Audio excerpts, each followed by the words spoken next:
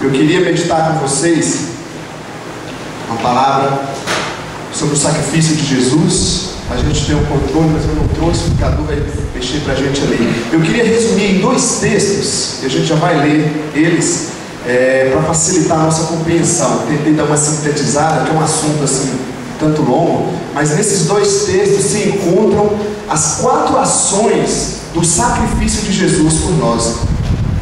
A gente fala muito que Jesus morreu e ressuscitou por nós, correto? Acende ainda o fogo depois. Mas eu gostaria de pensar com os irmãos, compreender esse sacrifício. É mais do que simplesmente morrer. As perguntas que vão dirigir a nossa palavra, a nossa mensagem é assim: por que Jesus morreu? Por que ele teve que morrer? Porque ele achou que era algo gostoso, né? Eu vou lá, dou minha vida por eles vão ficar encantados comigo. Será que assim foi tão simples? Queria meditar nesses detalhes com você, que parece às vezes que é muito romântico, né? Ele quis fazer um sacrifício e tal.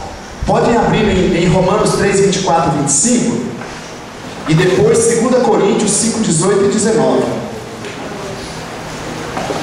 E você pode deixar aberto, que durante o nosso caminhar a gente vai voltar nesses 2 textos. Romanos 3, 24 e 25. Encontraram aí? Sim?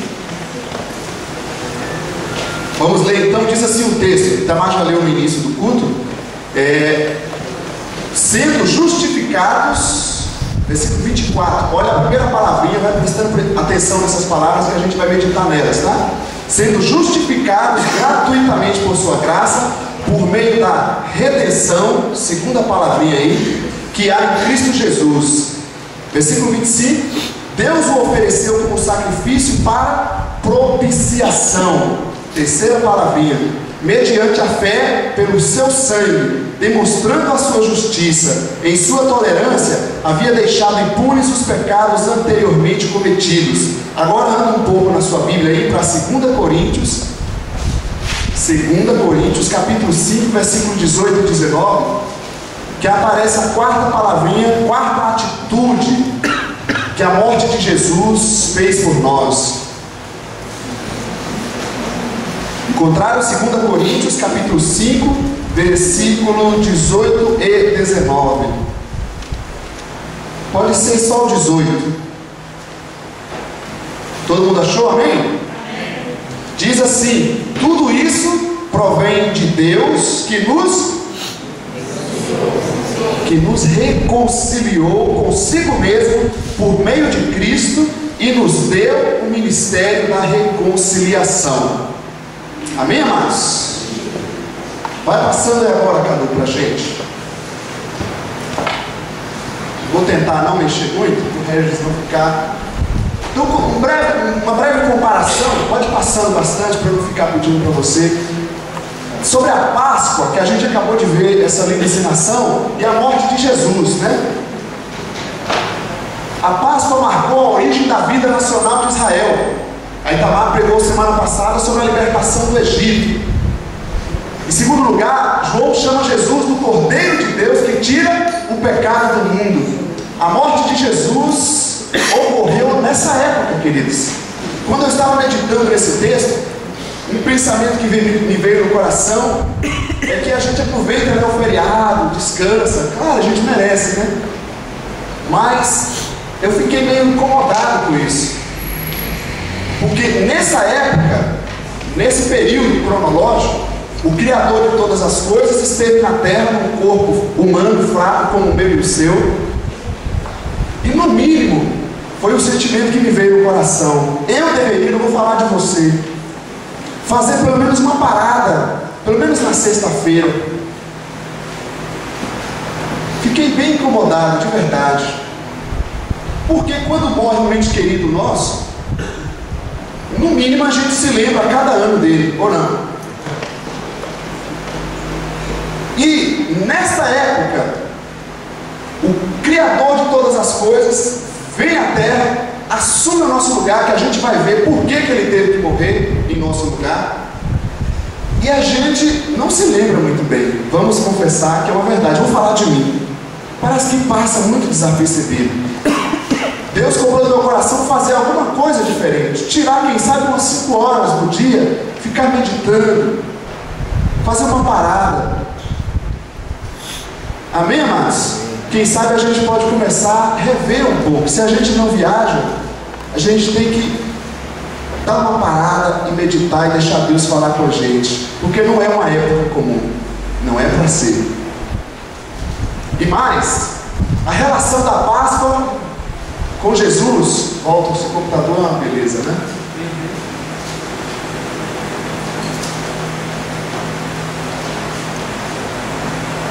Jesus é o cordeiro que foi morto e por seu sangue comprou homens para Deus.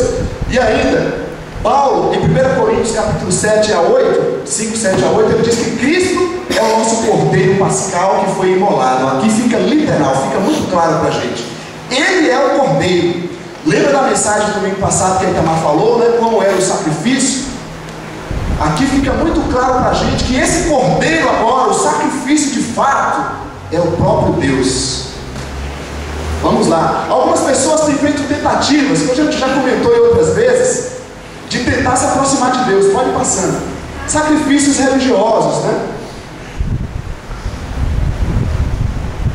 Esse último aqui você pode perguntar, mas que sacrifício é esse? Isso aqui é aquela pessoa que acha que tem a vida nas próprias mãos, né? Não apenas a vida, mas o mundo. Ela é dona de si mesma. Ela é muito conhecedora, ela é muito capacitada, ela tem bastante condição financeira, ela tem muito conhecimento, então ela se acha autossuficiente. Mas nós veremos aqui pela ótica bíblica o que a morte de Jesus produziu. 4 palavrinhas que a gente já comentou. Vamos lá, Cadu. Deus em Jesus. Vamos ler essa frase juntos? Vamos lá, 1, 2, 3. Deus em Jesus sacrificou a sua criação. E o sacrifício de Jesus fez por nós. Amém. O que o sacrifício de Jesus fez por nós? Vamos lá. Primeira palavra, queridos. Aqui a gente está voltando ao tempo do Antigo Testamento. A figura aqui é da arca. Está dando para enxergar aí? Aqui nós temos a arca da aliança. Dentro dela estavam as tábuas da lei. Essa placa aqui, onde estão os 2 querubins sobre ela, essa placa é chamada a placa da propiciação. Era ali que o sacerdote vinha com o sangue do cordeiro que foi sacrificado e derramava o sangue nessa placa. Essa era a propiciação. Propiciar significa apaziguar, aplacar a ira de Deus. E agora o texto vem dizendo para a gente que Jesus é esse cordeiro, que Jesus é esse sacrifício que foi oferecido para tirar a ira de Deus contra o pecado do mundo. Não é nenhum animal, não é nenhuma prática religiosa, não é nenhuma oferta, é o próprio Deus. Mas como? Por que o próprio Deus tem que se oferecer em meu e em seu lugar? Vamos lá, continuar. Esse texto que a gente acabou de ler, então, a primeira palavrinha que a gente vai meditar é a propiciação. Eu não sei como é que você lida com isso, queridos, mas a gente não fala muito da ira de Deus. Só que a gente se esquece que Deus é justo. E em todo erro precisa haver uma condenação. Deus é justo. Se o ser humano que tinha feito um pacto com Deus deveria obedecer a Deus, o primeiro casal que tinha a natureza perfeita, que era puro, que não tinha como nós essa natureza pecaminosa, esse desejo de pecar, eles mesmo assim escolheram por sua livre e espontânea vontade desobedecer a Deus, não sobrava mais nada ao Senhor do que condenar essa criação. Mas Ele não condenou. É isso que é o que é complicado na nossa cabeça. Ele vem e se coloca no nosso lugar, porque todo ser humano, todos pecaram. Então Ele mesmo se oferece em nosso lugar e assume a nossa culpa. A ira de Deus é derramada sobre Ele mesmo, porque Jesus é Deus. A ira do Senhor, que deveria ser descarregada no ser humano pelo seu pecado, Ele tira o ser humano, entra em cena e derrama a ira sobre ele mesmo. Por que Deus precisava derramar sua ira? Porque ele precisava julgar. Ele não poderia abandonar sua justiça. Muitas vezes a gente cria alguns erros com isso aqui, que a gente acha assim, ó, a pessoa erra, aí você diz, olha a mentira da misericórdia, tentando ser misericordioso, mas está errado. Isso não é amor também, não. Não liga não, filho, né? É assim mesmo, né? A gente é humano, né? A gente é humano, todo mundo erra, é assim mesmo. Isso foi julgado? Foi avaliado corretamente? Não foi. O certo era, você errou, o seu pecado foi grave, o que você fez foi um absurdo, mas pela misericórdia de Deus nós iremos continuar juntos, eu vou te perdoar. Percebe a diferença de misericórdia para passar a mão na cabeça? Viu, papai e mamãe? Deus então, querido, viu que a situação para o ser humano não tinha jeito, então ele se oferece no lugar do ser humano como essa propiciação. Vamos continuar um pouco o que é propiciação. Deus fez a propiciação da ira de Deus que foi provocada pelo pecado. Você diz, a nossa ira é provocada pelas nossas vaidades, irmão. A gente se ira por qualquer coisa, ou não é? Pisa no nosso carro, a gente já está irado. Mas a ira de Deus não é assim. A ira de Deus é contra o pecado. Se você quiser ampliar isso, é só você ler depois Romanos 1,18. O livro de Naum fala da ira de Deus. Deus é justo. E Ele não pode aceitar a malignidade, o pecado que o ser humano tem vivido. Às vezes a gente olha para o mundo e fala, mas como é que Deus pode existir com tanta maldade nesse mundo? Sabe por que ainda Ele está permitindo tudo isso? Por causa da misericórdia. Mas Ele vai julgar. Na primeira parte, na verdade, Ele já julgou. Se Jesus não tivesse morrido, não tivesse aceitado a ira de Deus sobre Ele, o que deveria ter acontecido? O mundo precisava ser destruído. Por que nós ainda estamos vivos neste mundo? Porque Jesus assumiu a ira de Deus sobre ele. Senão a gente poderia dizer, por que nesse mundo há tanta maldade? Se Jesus não tivesse morrido, seria algo esquisito. Mas ele assumiu a ira de Deus contra o pecado, para nos dar essa possibilidade de perdão e de salvação. Quem fez a propiciação não foram homens, não são práticas religiosas, não é quanto tempo você tem de igreja. Quem fez a propiciação foi Ele mesmo. Só Jesus poderia morrer em meu e no seu lugar. Só Ele poderia pagar por isso. Ou tem algum de vocês aqui que poderia receber a ira de Deus? Deus não se interessa em derramar sua ira sobre a sua criação, por mais que ela mereça. Ele próprio se colocou no lugar da sua criação e recebeu a ira de Deus sobre ele. Vamos continuar. Qual foi o sacrifício? Qual foi o sacrifício, amados? Foi a sua própria vida, seu próprio sangue, seu próprio corpo. Muitas vezes a gente acha que fazer um sacrifício para Deus, ser fiel a Deus, é vir à igreja, é até um favor, né? É evangelizar, é ler a Bíblia, eu vou orar porque para Deus ficar alegre comigo. Não, a gente ora porque a gente necessita. Sacrifício pela salvação, queridos, só o que Jesus fez. Isso mostra também que nenhum de nós temos diferenças aqui, todos somos iguais. Por mais que você seja um crente, um cristão mais esforçado, mais fiel, isso não serve como sacrifício na obra de Deus. Só Jesus é o Senhor, só Ele é digno de todas as coisas, de toda a glória. Amém, irmãs? Amém. Vamos continuar? Aí a imagem pode passar. A outra palavrinha que a gente falou é a palavra redenção, a palavra resgate. A ideia dessa palavra, que está no texto de Romanos 3, 24 e 25, a ideia dessa palavra é você comprar de volta algo. Algo que era teu, que você vendeu, agora o supermercado está vendendo, você vai lá e não consegue mais comprar. Foi isso que o ser humano fez quando pecou. Ele entregou a sua vida, o controle do mundo, de todo o universo, nas mãos do maligno, do adversário de Deus, o anjo caído, conhecido por Satanás. E Jesus, quando Ele se entrega em nosso lugar, Ele está comprando, Ele está fazendo um resgate. Ele está tomando de novo a criação que é dele, mas que essa criação se entregou na mão do maligno. Está claro, amados? Vamos lá. Sendo justificados gratuitamente por sua graça, por meio da redenção. Pode caminhar. Pode ir. A figura agora foge do Antigo Testamento, do templo, e vem para a figura da escravidão, do mercado, algo que está lá que precisa ser resgatado. Quem aqui já perdeu alguma coisa? A Marli, que foi assaltada esses dias, né? Qual é a sensação de algo que era teu e foi tomado? E a gente olha, cadê? Imagina a sensação de Deus quando olhava para nós, como sua criação, que Ele fez com tanto amor, e essa criação se entrega nas mãos do maligno.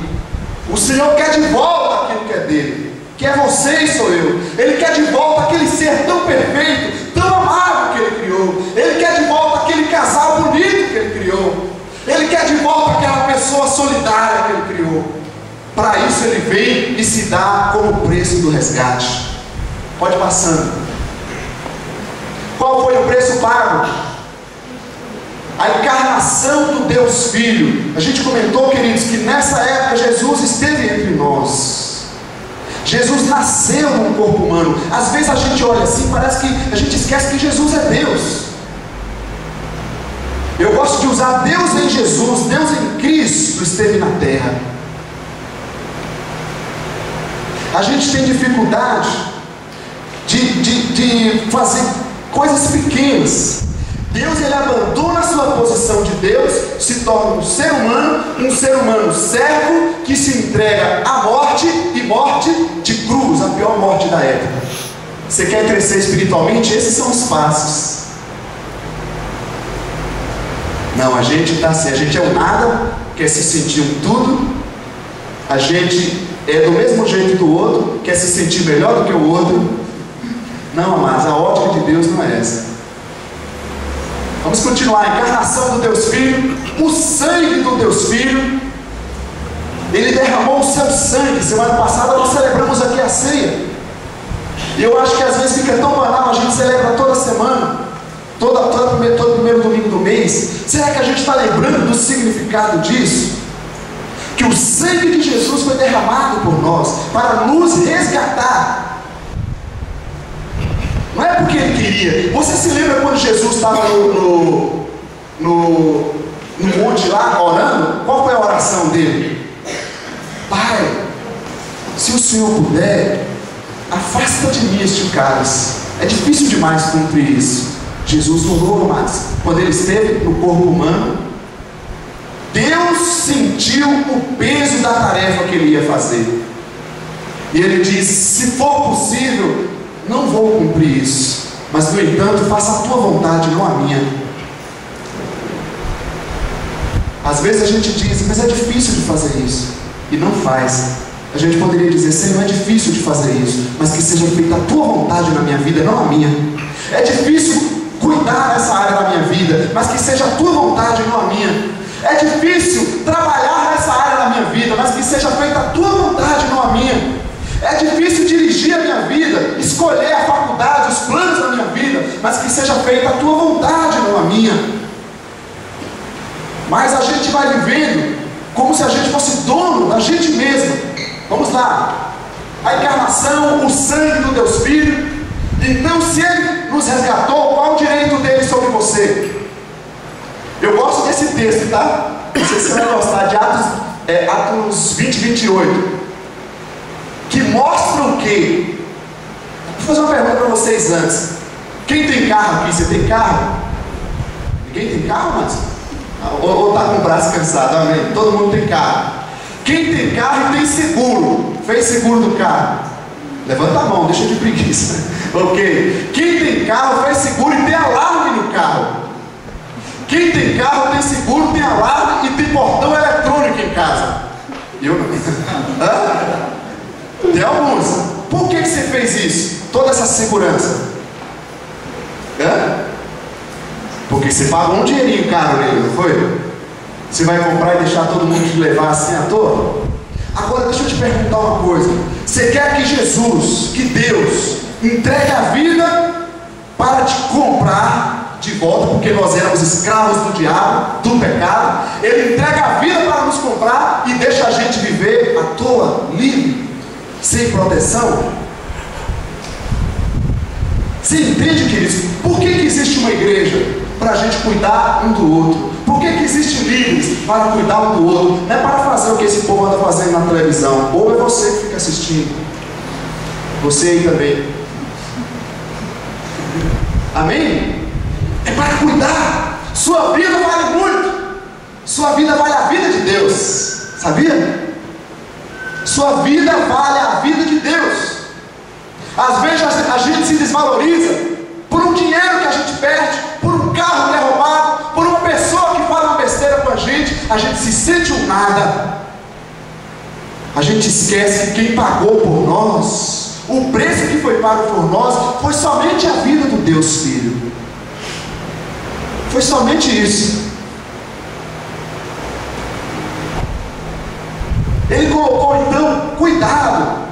Ele também quer ver a sua propriedade, a sua posse, vivendo a liberdade que ele conquistou. Esse texto de 1 Coríntios 6, 19 a 20, você pode acessar os slides depois. Acaso não sabem que o corpo de vocês, o corpo, é santuário do Espírito que habita em vocês, que lhes foi dado por Deus e que vocês não são de si mesmos?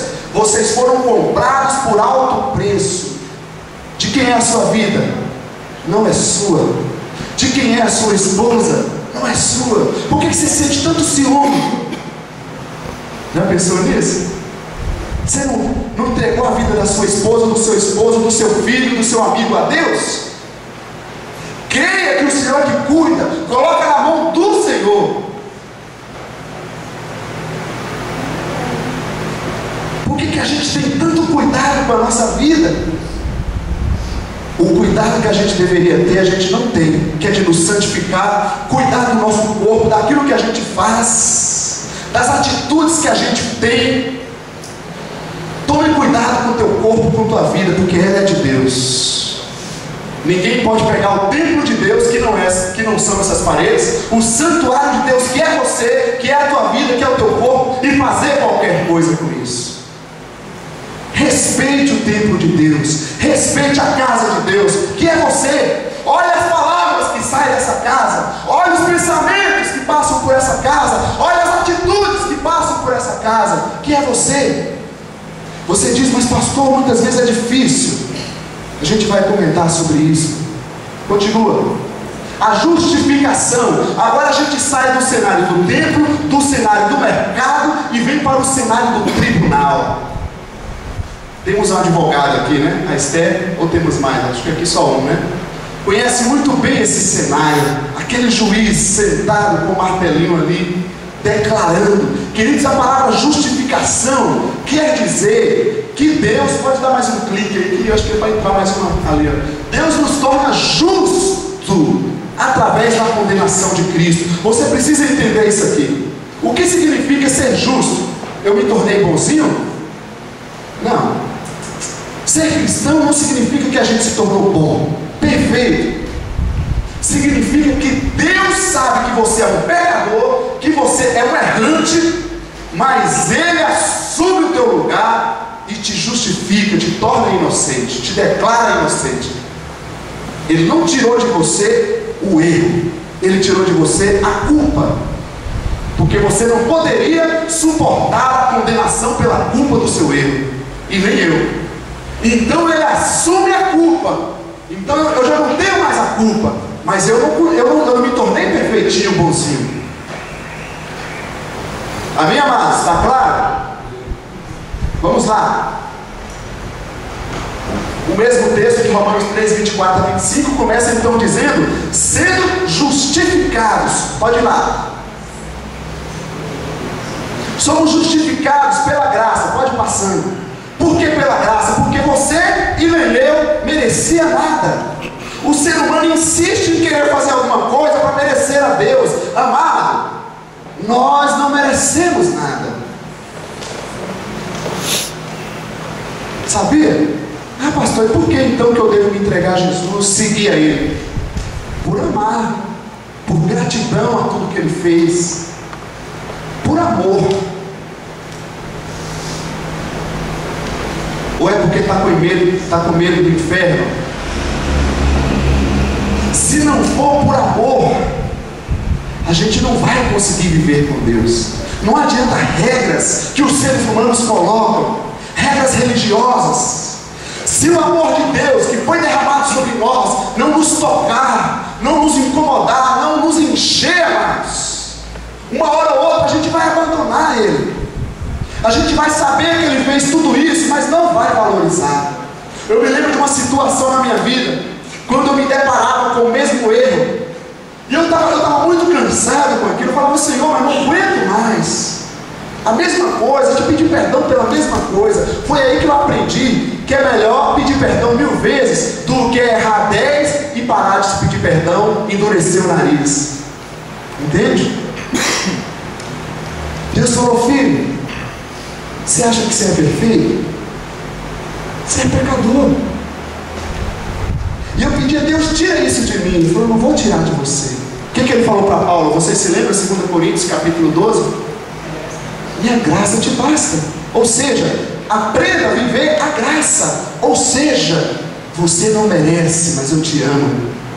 Essa é a mensagem bíblica. Quando a gente vive isso, queridos, a gente passa a desfrutar da presença de Deus, que é uma coisa especial, que é uma coisa belíssima, que só experimentando a gente pode saber.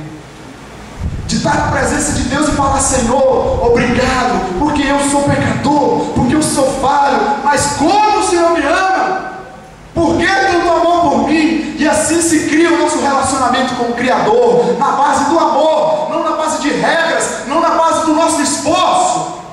Apesar que a gente se esforça, mas é tudo pela graça dele, esse favor imerecido que ele fez por nós.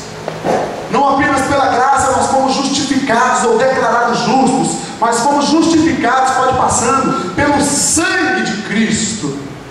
Vocês se lembram da propiciação que a gente falou? Se o sangue de Jesus não fosse derramado, nós não poderíamos ter sido declarados justos.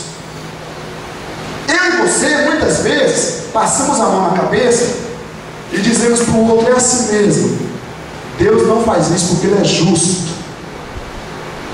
Ele é justo e Ele corrige. Ele aplica a justiça, mas Ele também é misericordioso.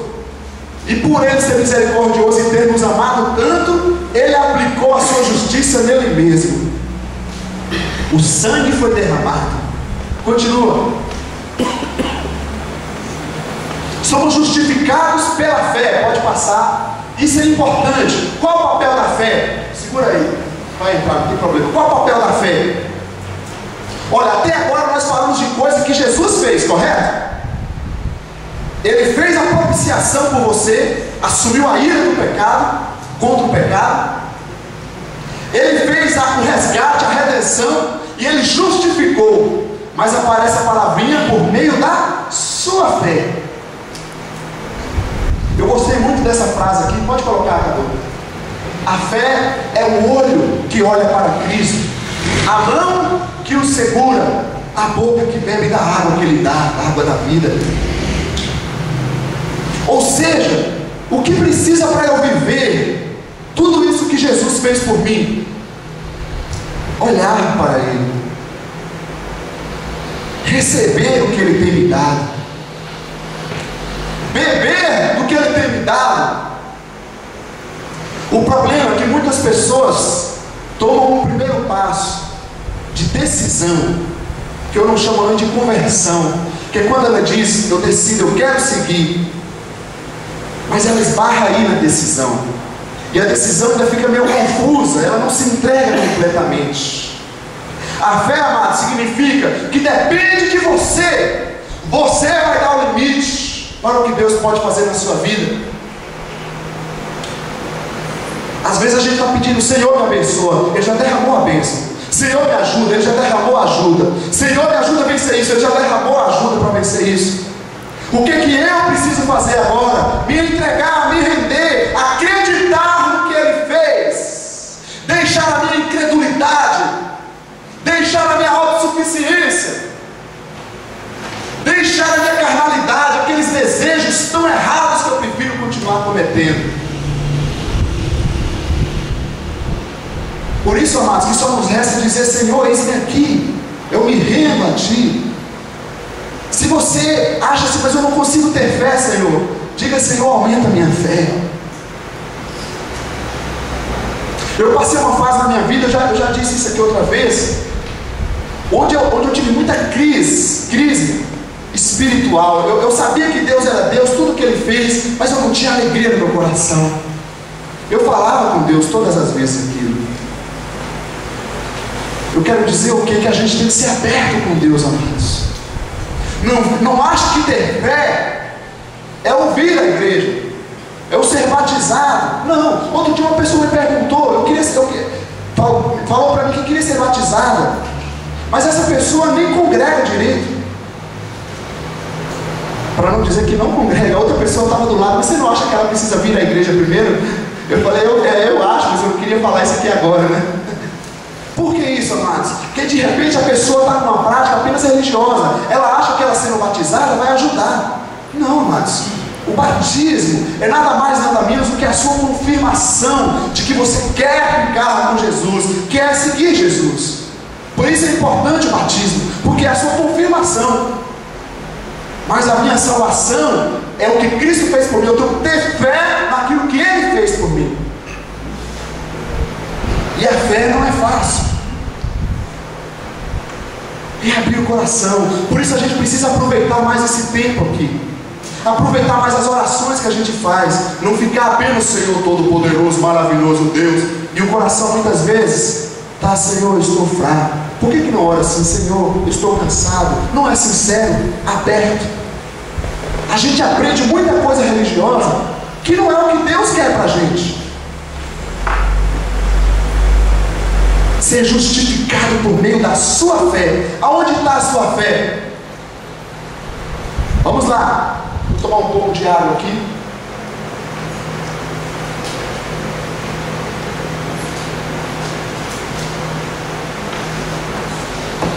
A quarta palavrinha é o que, queridos? Reconciliação. Coloca aí então agora o texto. Agora o cenário vem agora para dentro de casa.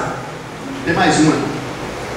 Ou seja, você era um filho que não morava com os pais, que não morava dentro de casa, morava na rua. O cenário agora é esse. E o Senhor então nos traz de volta. Era um filho brigado com o pai. Eu sei que muitas vezes podemos ter pessoas que vivem essa situação na nossa vida humana. Está brigado com teus pais. A palavra mostra aqui que nós fomos reconciliados com o nosso Deus Pai. Nós não somos mais inimigos dele. As pessoas vivem como inimigos do Criador. Continua, Cadu. O texto aí a gente já leu. Eu grifei algumas frases para a gente meditar nelas. Vamos passando então. Éramos criaturas separadas do Criador. Pode passando. Pode passando. Éramos órfãos, filhos órfãos, mas fomos adotados. O texto de Romanos 8 fala bastante sobre isso. O Espírito Santo é para quê? O Espírito Santo que nós recebemos é a prova de que nós fomos adotados. Nós temos uma marca em nós que somos agora filhos do Senhor.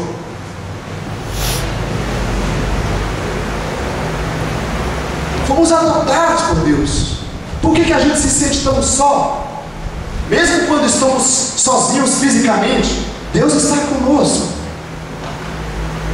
A gente precisa, queridos, aprender a desfrutar a presença de Deus em nossas vidas. Nós não andamos sozinhos. Já viu aquela história da pessoa andando na praia? Ela sonhou, teve um sonho, né, andando na praia, e sempre ela via as pegadas ao lado das pegadas dela, que eram as pegadas do Senhor. Mas nos momentos mais difíceis da vida, de muita luta, ela apenas viu as duas pegadas que eram as suas. ela pensava. Então ela orou ao Senhor, mas Senhor, como assim, no momento mais difícil da minha vida, eu não te vi do meu lado? Qual foi a resposta de Deus nessa história? Não sei se verdadeira ou fictícia desse sonho dessa pessoa. Por que ela não viu aquelas pegadas? É assim que a gente se sente muitas vezes, porque a gente estava no colo de Deus. Aquelas pegadas que estavam ali não eram as nossas. A gente estava com tanta luta, com tanta fraqueza, que era Deus que estava nos carregando no colo. Tem momentos, querido, na vida, que a luta é tão grande, que o sofrimento é grande, que a gente diz como o próprio Deus disse quando esteve na terra: se for possível, afasta de mim esta luta, Senhor. Ou você nunca pediu isso? Mas nós precisamos lembrar, amados, que nós não somos mais órfãos, nós temos um Pai conosco. Nós não somos mais uma criatura separada do Criador. Tenha fé, se aproxime de Deus, do seu relacionamento com o teu Pai. Continua. Estávamos sem acesso a Deus, pode continuar. A religiosidade não nos dá acesso ao Senhor, mas hoje nós temos acesso. Você sabia que você tem um trono de Deus dentro da sua casa? Aquele trono onde o sacerdote no Antigo Testamento, só ele entrava. Você sabia que você pode adorar, dobrar os seus joelhos, glorificar a Deus dentro da sua casa? Mas por que a gente não faz isso? Se você tem esse acesso ao Senhor. Filho, você tem visto seus pais orarem em casa? Se você não tem visto, você vai chegar para eles: papai, mamãe, por que o senhor não está orando? Por que a senhora não está orando? Não estou vendo vocês lerem a Bíblia. Pais, vocês têm visto os vossos filhos dentro de casa, orando, lendo a Bíblia, conversando um com o outro sobre a palavra, sobre a vida cristã? Se não tem visto, chame teus filhos, corrija eles, ajude eles. Esposo e esposa, da mesma forma, a gente precisa se ajudar, amados, porque a gente tem o acesso nas nossas mãos, mas a gente está desperdiçando, a gente não está aproveitando. Vamos continuar. Não quer ir mais? Pode ir que vai.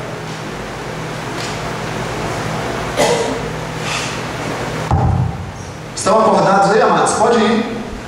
Amém? Olha a pessoa do seu lado se está acordada. Pode passando, cara, porque esse computador é lento. Éramos inimigos uns dos outros. A reconciliação não é apenas com Deus, mas também uns com os outros. Eu me lembro da minha vida de banda. Eu brigava com as pessoas da banda todos os dias, querido. O dono principalmente. Era uma guerra.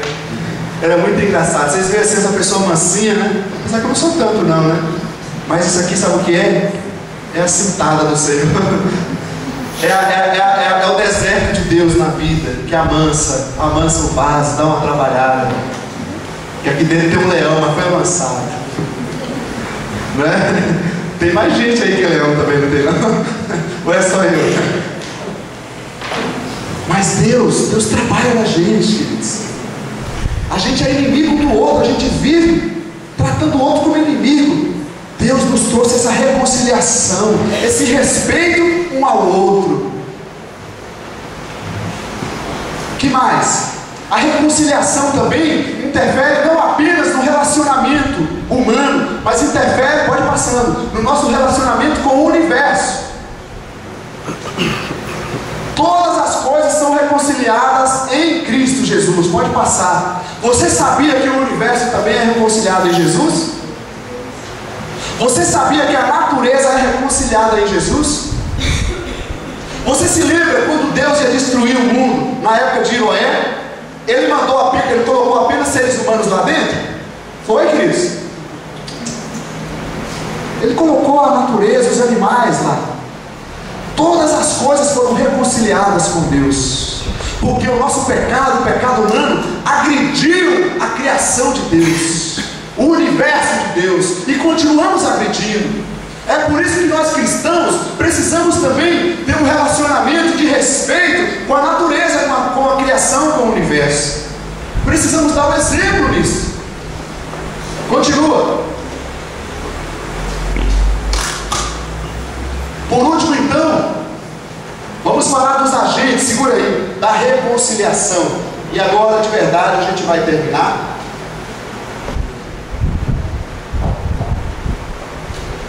Dá uma olhada na sua Bíblia aí, lá em 2 Coríntios. 2 Coríntios, capítulo 5, versículo 18.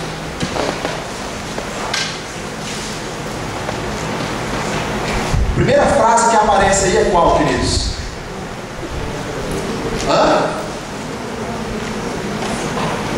Alguém com voz mais alta aí, pode falar. Primeira frase do versículo. Tudo isso provém de Deus. Quem é o autor da reconciliação? Cadu? O autor da reconciliação é o Senhor. Ele é o autor e consumador da nossa fé. Foi Ele que iniciou tudo isso. Se nós estamos aqui, Ele tomou essa iniciativa. Quem é no texto aí de vocês? O agente. Por meio de quem que Ele fez isso? Está aí no texto, 2 Coríntios 5, 18 a 19. Por meio de Jesus. Ele é o agente, aquele que executa. Entenda isso, querido. Deus, Pai, Filho e Espírito Santo. A divindade, vivendo no mundo espiritual na sua eternidade, resolve então pagar o preço por nós. Deus, na pessoa de Jesus, diz: eu vou lá e me entrego por eles. Eu vou lá e me entrego por eles. Vem cá, duas pessoas aqui comigo, duas pessoas. Rapidão. Vem cá. André e Fernando, duas pessoas, bem rápido. O tempo tá curto. Por livre e espontânea pressão. Vamos dar as mãos aqui. Você vai pegar a minha mão aqui, tá? Aqui é a Trindade lá no céu, tá? Dá a mão aí aqui. Tá vendo? Isso, fica assim. Dá a minha mão aqui também. A Trindade estava lá no céu reunida, certo? Amém, queridos? Amém. Deus Pai, Deus Filho e Espírito Santo. Aí eles estão discutindo, falando da criação do mundo. Nós iríamos criar o ser humano. E aí de repente um deles chegou e falou assim: mas a gente vai criar o ser humano, vai fazer ele perfeito, dar ele inteligência, dar ele conhecimento. E se eles usarem tudo isso e escolherem nos abandonar? Aí naquele momento, diz a história de Léo, que a Trindade, a divindade do céu baixou a cabeça, fechou os olhos para orar e começou a meditar e pensar. Aí de repente o Deus Filho levantou a cabeça e diz: se eles fizerem isso, eu irei lá e morrerei no lugar deles para a gente recuperar eles para nós. Aí a Trindade olhou, Deus Pai, Deus Espírito Santo olhou: amém, isso é perfeito, vamos fazer isso então. Aí assim foi aprovada a obra de Deus por nós, antes da criação. Amém? Obrigado, queridos. Deus, queridos, Deus não é como nós. A gente tem uma pessoa só, já dá trabalho demais. Deus é um Deus em 3 pessoas. Nós apenas uma já dá muito trabalho, imagina se fosse 2. Mas Deus não é como nós.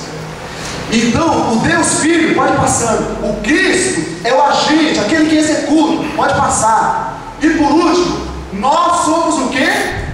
Os embaixadores. Pode passar, Carol. Pode passar. Segura aí. Você já foi reconciliado com Deus? Sim ou não? Pode responder para você. Eu não estou perguntando se você tem religião, se você é filho de fulano, filho de ciclano. Não. Eu estou perguntando se você já foi reconciliado com Deus.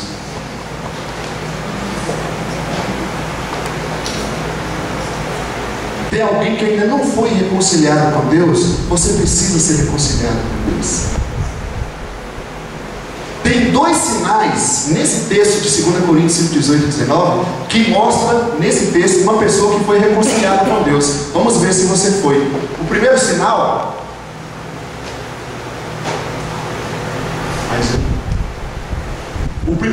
é ter fé em Jesus. É por meio da sua fé.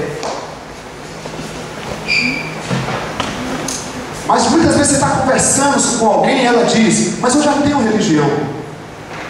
Jesus não instituiu religião. Ele morreu no meu e no seu lugar.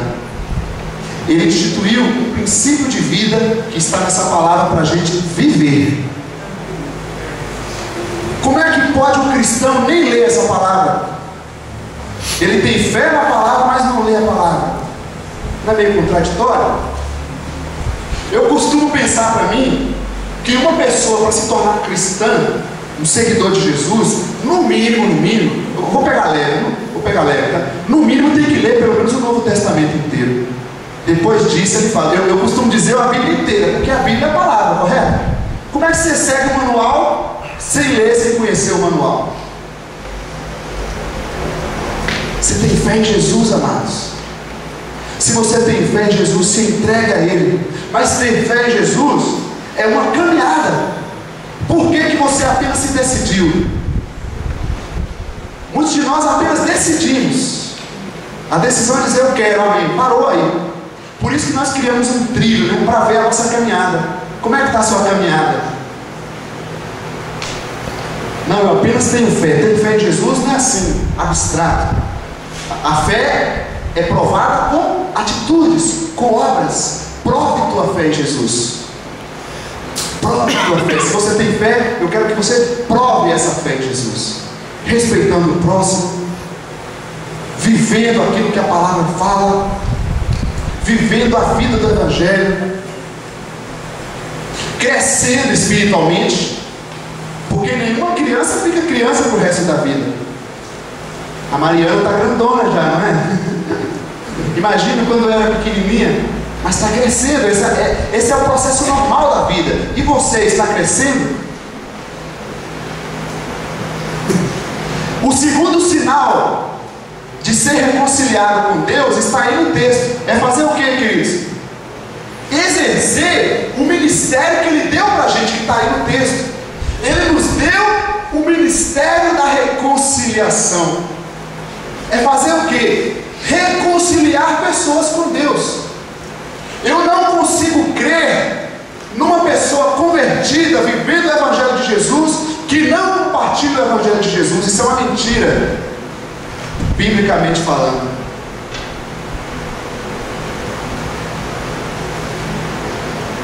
Exerça o ministério da reconciliação. Mas eu tenho vergonha de falar com os meus amigos, porque eles vão achar que eu sou careta. Então, reavalie a sua vida com Deus. Amém, queridos? Se você tem fé no Senhor, já foi reconciliado com Deus, eu quero te convidar a crescer na caminhada, a crescer, a conhecer mais da vida cristã, a conhecer a palavra, a praticar a palavra. É isso que a gente quer fazer nas células. Praticar a palavra. Ouvir, a gente está ouvindo aqui, é uma parte importante, mas eu preciso praticar. O que você precisa fazer? Se você tem fé no Senhor, você precisa demonstrar essa fé em atitudes, em obras, em ações. E uma das ações demonstradas aqui é exercer esse ministério que Deus te deu. Às vezes eu imagino, se a gente tirasse todas as atividades que a gente tem costume de fazer na igreja, são boas: tocar, parar de pregar, parar de fazer recepção, parar de ser diácono, ser presbítero, ser pastor, ação social, crianças. Imagine, se não tivesse nada aqui, apenas nós como pessoas aqui, o que você ia fazer? Você percebe que muitas vezes a gente está preso em atividades e podemos até estar nos enganando com elas. O que Jesus quer de nós é que a vida dele que está em você, de uma forma natural, você transmita essa vida a todas as pessoas ao seu redor. É simples ou não é?